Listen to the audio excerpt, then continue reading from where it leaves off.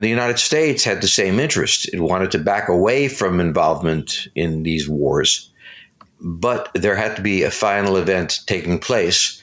The Iranian system had to be crushed.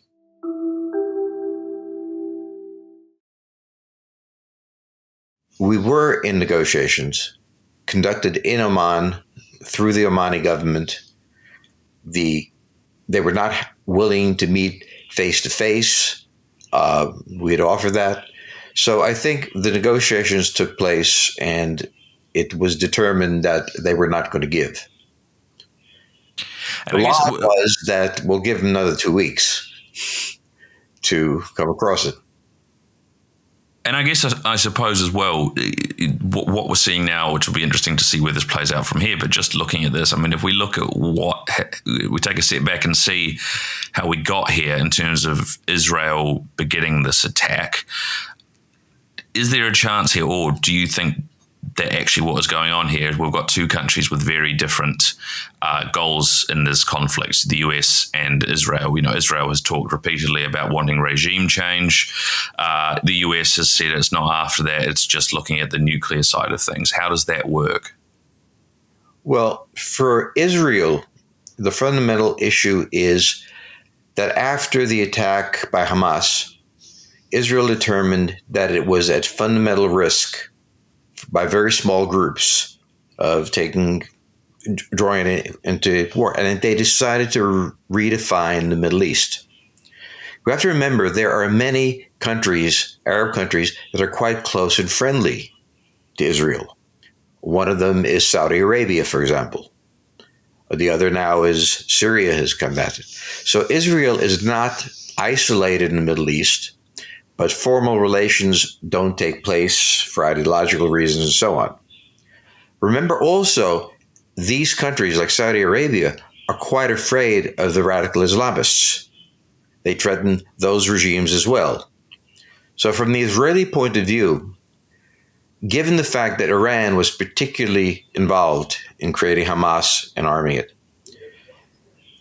they had a priority of not allowing these kind of attacks to happen again, not simply by making war all over the place, but by knocking Iran out of the game and making it easier for the Arab countries, the Islamic world, to make overt agreements with Israel.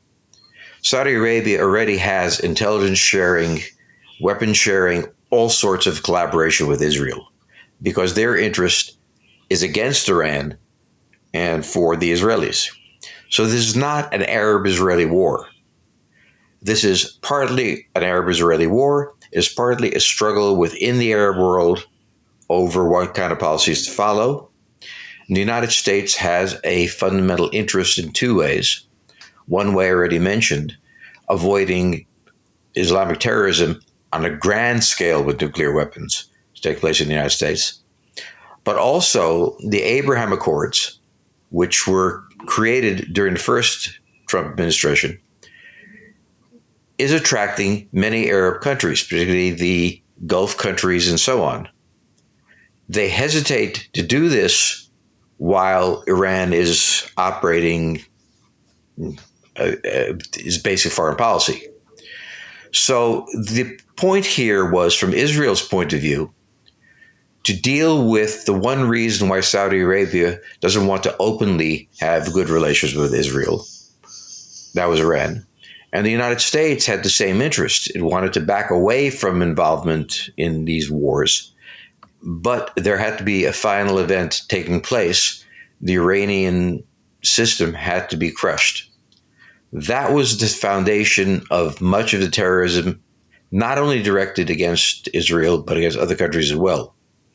And you remember that he spent quite a bit of time in the Middle East, talking to the Saudis, visiting with the Syrians, all sorts of discussions that were held, and endless discussions with the Palestinians, with the Gulf states, United Arab Emirates, Oman, Qatar, and so on. So remember the diplomacy that he carried out by visiting the region. You can be sure that he sounded out these governments on the question of Iran. He got the clear answers. So yes, this was an Israeli problem, but it was a broader, we'll call it a broader Islamic problem.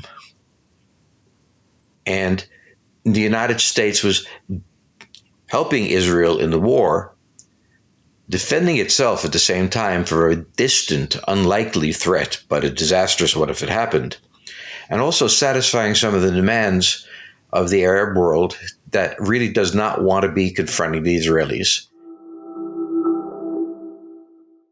For the full episode and much more, go to geopoliticalfutures.com/podcast.